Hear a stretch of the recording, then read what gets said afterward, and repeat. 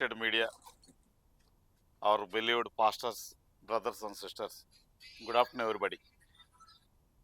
ఈ రోజు వనపర్తి పట్టణంలో మేము పత్రికా సమావేశానికి ముఖ్య ఉద్దేశం చర్చిస్ మీద దాడులు, క్రిస్టియన్స్ మీద దాడులు అరికట్టాలని, పాస్టర్స్కి రక్షణ కల్పించాలని, ఏదైతే ఈ శివసేన కార్యకర్తలు దాడి ఎందుకు చేశారో వాళ్ళకి తెలియదు.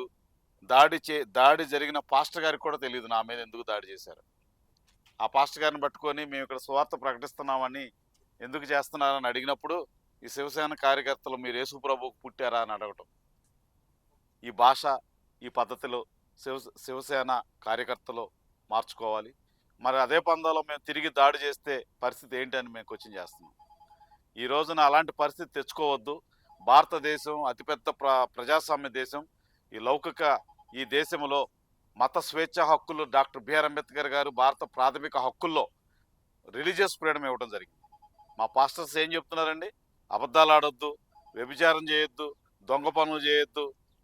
ఈ బైబిల్ని బోధిస్తుంటే వాళ్ళ మీద దాడి చేస్తున్నారంటే ఇంతకంటే సిగ్గుసేటు ఏదైనా ఉందా? భారత రాజ్యాంగానికి తూట్లు పడుతున్నారా లేదా? అదేవిధంగా డాక్టర్ బిఆర్ అంబేద్కర్ గారు లిబర్టీ, ఈక్వాలిటీ, ఫ్రెటర్నిటీ పెట్టారు. స్వేచ్ఛ, సమానత్వం, సౌభ్రతత్వం. ఎక్కడుంది స్వేచ్ఛ క్రిస్టియన్స్కి? ఎక్కడుంది సమానత్వం? ఎక్కడుంది సౌభ్రతత్వం? Where is liberty? Where is equality in Christians? భారతదేశంలో ఈ వనపర్తిలోనే కాదు, తెలుగు 2 రాష్ట్రాల్లో, ఉత్తరప్రదేశ్లో, బీహార్లో క్రిస్టియన్స్ని చాలా నీచంగా, దారుణంగా దాడి చేస్తున్నారు. నిన్నగాక మొన్న పశ్చిమ గోదావరి జిల్లా ఏలూరులో ఒక ఆర్సీఎం చర్చిలో మీటర్ తీసేసి 4-5 బుల్డోజర్లు పెట్టి చర్చిని కూల్చేయాలని అధికారులు చేస్తున్నారు. అధికారులకు క్రైస్తవుల పట్ల అవగాహన లేకుండా బిహేవ్ చేస్తున్నారు. వాళ్ళందరిపైన మేము చర్యలు తీసుకుంటాం. అదేవిధంగా ఇందాక మేము డిఎస్పీ గారిని కలిసి మాకు ఏదో తన్నుకు చావండి తాంబూలం ఇచ్చారు, ఏదో మన ఎఫ్ఐఆర్ కట్టారు కానీ వాళ్ళని ఎందుకు అరెస్ట్ చేయలేదని అడిగినప్పుడు 7 సంవత్సరాల దాకా అరెస్ట్ చేయమని యారగెంట్గా మాట్లాడాడు. ఈ అంశం మీద మేము డీజీపీ గారిని కలుస్తాం. ఆ తర్వాత మైనార్టీ మంత్రి గారిని కలుస్తాం. రేవంత్ రెడ్డి గారు ఇప్పుడు ఎలక్షన్ మూమెంట్లో ఉన్నారు. ఆయన 12 తర్వాత అపాయింట్మెంట్ ఇవ్వడం జరుగుతుంది. ఎలక్షన్ కోడ్లో ఉన్నారు. మాకు తక్షణమే క్రిస్టియన్స్కి రక్షణ కల్పించాలి. చర్చెస్ మీద దాడులు ఆపాలి. అదేవిధంగా ఈ చర్చి మీద దాడి చేసిన పాస్టర్ గారికి 25 లక్షల రూపాయల నష్టపరిహారం ఇవ్వాలని, అదేవిధంగా 10 లక్షలతో చర్చి కట్టి ప్రభుత్వమే స్థలం ఇచ్చి చర్చి కట్టాలని మేము ప్రభుత్వాన్ని డిమాండ్ చేస్తున్నాం. కలెక్టర్ గారికి, అదేవిధంగా మన ఎస్పీ గారికి కూడా మేము రికమెండేషన్స్ రేపు ఇవ్వడం జరుగుతుంది. అదేవిధంగా రేపు అట్లూరు లక్ష్మణ్ గారు, సోషల్ వెల్ఫేర్ మంత్రి గారు కూడా రమ్మన్నారు. ఆయన సాంఘిక సంక్షేమ శాఖ మంత్రిగా మట్టి వెల్ఫేర్ మినిస్టర్ గారి నోటీసులో కూడా పెడుతున్నాం. మరి ముఖ్యంగా మేము చెప్పేది ఏంటంటే, భారతదేశంలో క్రిస్టియన్ రాష్ట్రాలు ఉన్నాయి. మణిపూర్ క్రిస్టియన్ రాష్ట్రం కదా. మణిపూర్లో 3 సంవత్సరాలు దాడులు జరిగితే క్రైస్తవుల మీద, క్రిస్టియన్స్ మీద బట్టలు తీసి రిమూవ్ చేసి ఊరేగించారు.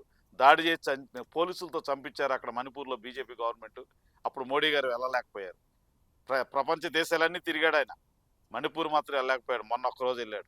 మరి ఈ రోజున దళితులు చర్చికి వెళ్తే బీసీసీలు మీరు చర్చికి రావద్దని దాడులు చేస్తున్నదే. మరి చంద్రబాబు నాయుడు కీర్తన గ్రంథంలో 141 కీర్తన చదివాడు, 141 ఎమ్మెల్యేలు వచ్చింది. మరి మోడీ గారు నిన్న క్రిస్మస్ రోజు ఢిల్లీలో కెథడ్రల్ చర్చికి వెళ్ళి ప్రార్థనలు చేసుకున్నాడు. ఎంతో భక్తిగా, అసలు ఈయనే బిషప్ కంటే ఎక్కువగా యాక్టింగ్ చేశాడు నరేంద్ర మోడీ గారు. మరి ఏంటి ఈ దాడులు జరగటం ఏంటి? మోడీ గారు ఏమో అక్కడ ఈయనే పెద్ద ఆర్చి బిషప్ లాగా ఉండి ప్రపంచానికి చూపిస్తున్నాడు నేను క్రైస్తవ లేదని. ఓ పక్కన ట్రంప్ గారు ఎక్కుతున్నారు, భారతదేశంలో క్రిస్టియన్స్ మీద దాడులు జరిగితే నాకు ఆ దేశం శత్రువే అని. ఏం జరుగుతుంది భారతదేశంలో? క్రైస్తవులు చేసిన తప్పేంటి? వీళ్ళు విద్యాబుద్ధులు చెప్పడం తప్ప, హాస్పిటల్స్ కట్టడం తప్ప, మా ఈ స్లమ్ ఏరియాలో గుడి, బడి, హాస్పిటల్ కట్టడం తప్ప ఏం జరుగుతుందో అనేది మాకు కావాలి. తక్షణమే దాడులు ఆపాలి. అదేవిధంగా ఇక్కడ అవగాహన లేని డిఎస్పీని బదిలీ చేయాలి. మేము ఈ విషయం ఎస్పీ గారితో కూడా నోటీసులో పెడతాము, కలెక్టర్ గారి నోటీసులో పెడతాం. మేము పెడతానండి, ఎఫ్ఐఆర్ ఇచ్చాం కదా, ఇంకేం కావాలి మీరు అని అంటున్నాడు.